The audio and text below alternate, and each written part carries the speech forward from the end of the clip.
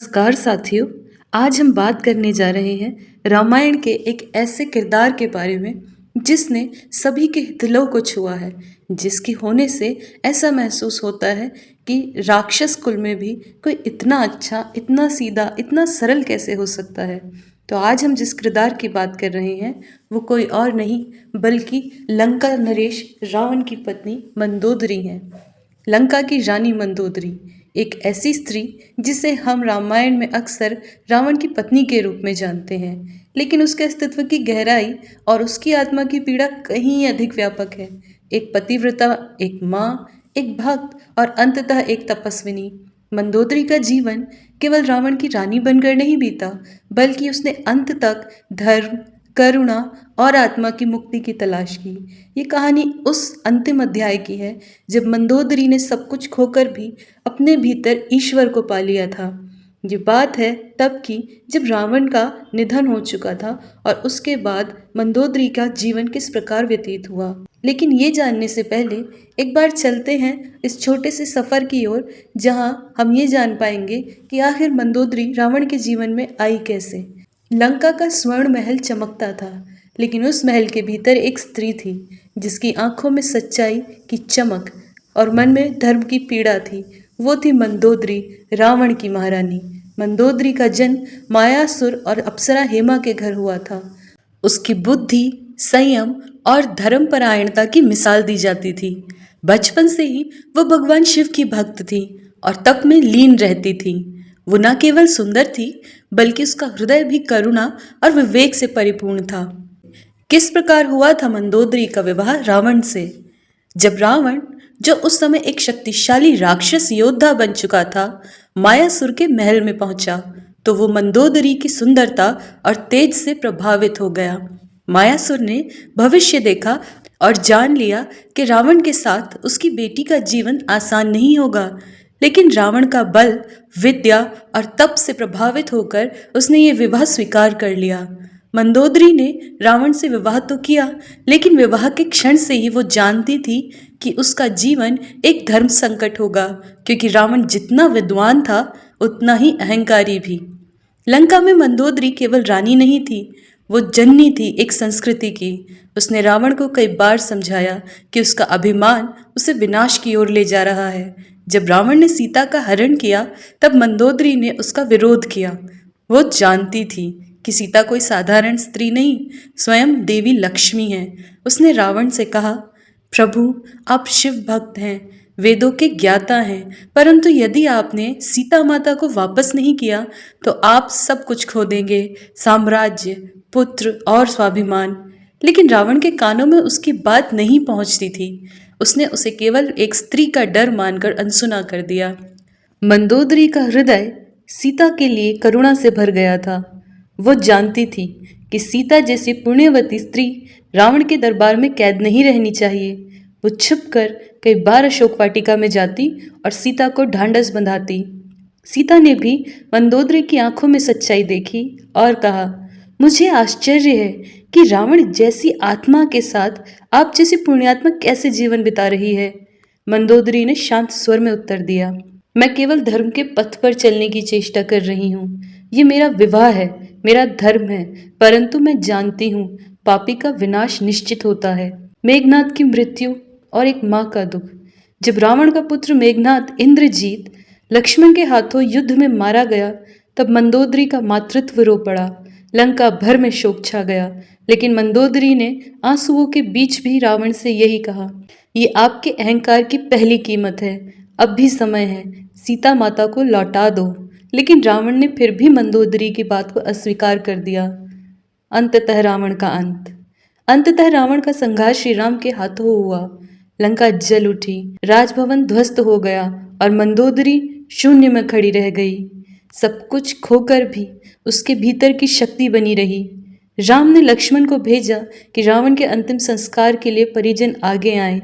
लंका के दरबार में केवल मंदोदरी ने साहस दिखाया और बोली, वो पापी था, परंतु मेरा पति था। वो शिव भक्त था, विद्वान था। मृत्यु के बाद भी शत्रु भी क्षमा योग्य होता है। उसका अंतिम संस्कार मैं करूंगी। राम इस बात से अभिभूत हो गए और बोले, हे देवी मंदोदरी, आप धर्म की सबसे सुंदर प्रतीक हैं। आप में जो धैर्य, विवेक और करुणा है, वो सच्चे धर्म की पहचान है। कैसे बीता मंदोदरी का अंतिम जीवन। रावण की मृत्यु के बाद विभीषण को लंका का राजा बनाया गया। मंदोदरी ने राजनीति से दूर रहना स्वीकार किया। कुछ कथाओं में कहा गया है कि बाद में विभीषण ने मंदोदरी से विवाह किया, लेकिन यह केवल सामाजिक पुनर्स्थापन का प्रतीक माना जाता है। मंदोदरी का शेष जीवन शांति और साधना में बीता। वो लंका में ही मंदिरों का निर्माण कराती रही, शिव भक्ति में लीन रही और हर स्त्री को धर्म और विवेक का पाठ पढ़ाती रही। विभीषण अब लंका का राजा था, न्यायप्रिय था, सरल था, लेकिन मंदोदरी के हृदय में वह स्थान कभी नहीं ले पाया जो रावण के लिए सुरक्षित था, चाहे रावण ने कितनी ही गलतियां क्यों न की हों। विभीषण ने कई बार निवेदन किया, रानी महल में लौट आइए, रानियों की सभा सूनी लगती है आपके बिना। लेकिन मंदोदरी केवल मुस्कुराती और कहती, मैं अब रानी नहीं, एक साधिका हूँ। महलों की चूड़ियां मेरे हाथों में अब बोझ लगती हैं। वो महल के पीछे एक छोटे से आश्रम में रहती थी। वहां उसने एक शिवलिंग की स्थापना की थी और प्रतिदिन आरती करती, घंटे बजाती और रुद्राष्टक गुनगुनाती। उसकी दिनचर्या अब तप और ध्यान बन गई थी।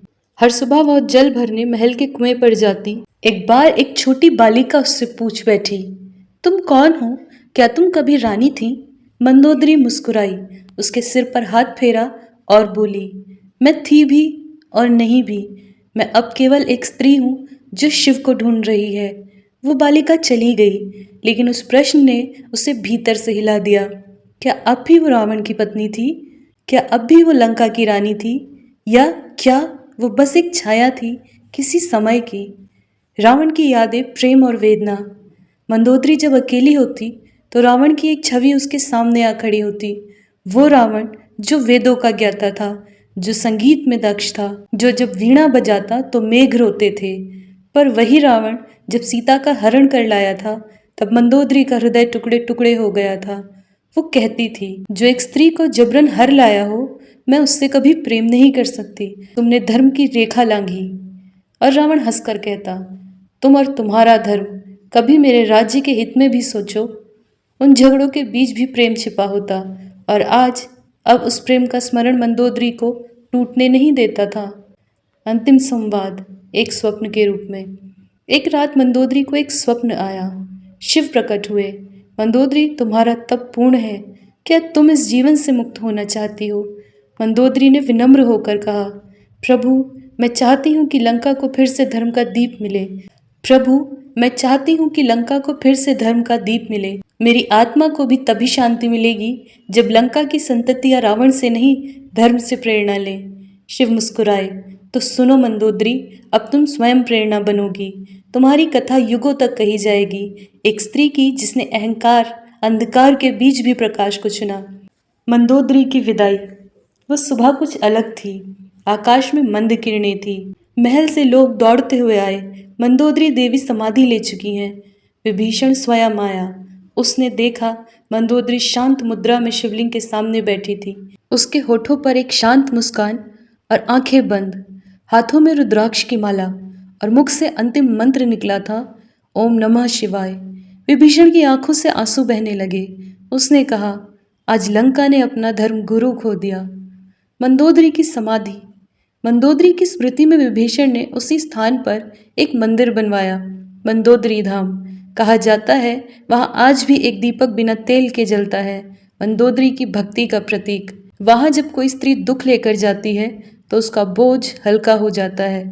युगों तक जीवित कथा। रामायण में रावण को भले ही राक्षस कहा गया हो, पर उसके जीवन का सबसे सुंदर अध्याय मंदोदरी थी। वो नायिका नहीं थी, ना ही योद्धा। वो थी धर्म, धैर्य, विवेक और शिव भक्ति की सजीव प्रतिमा। वो हमें सिखाती है कि एक स्त्री का बल तलवार नहीं, उसका सत्य होता है।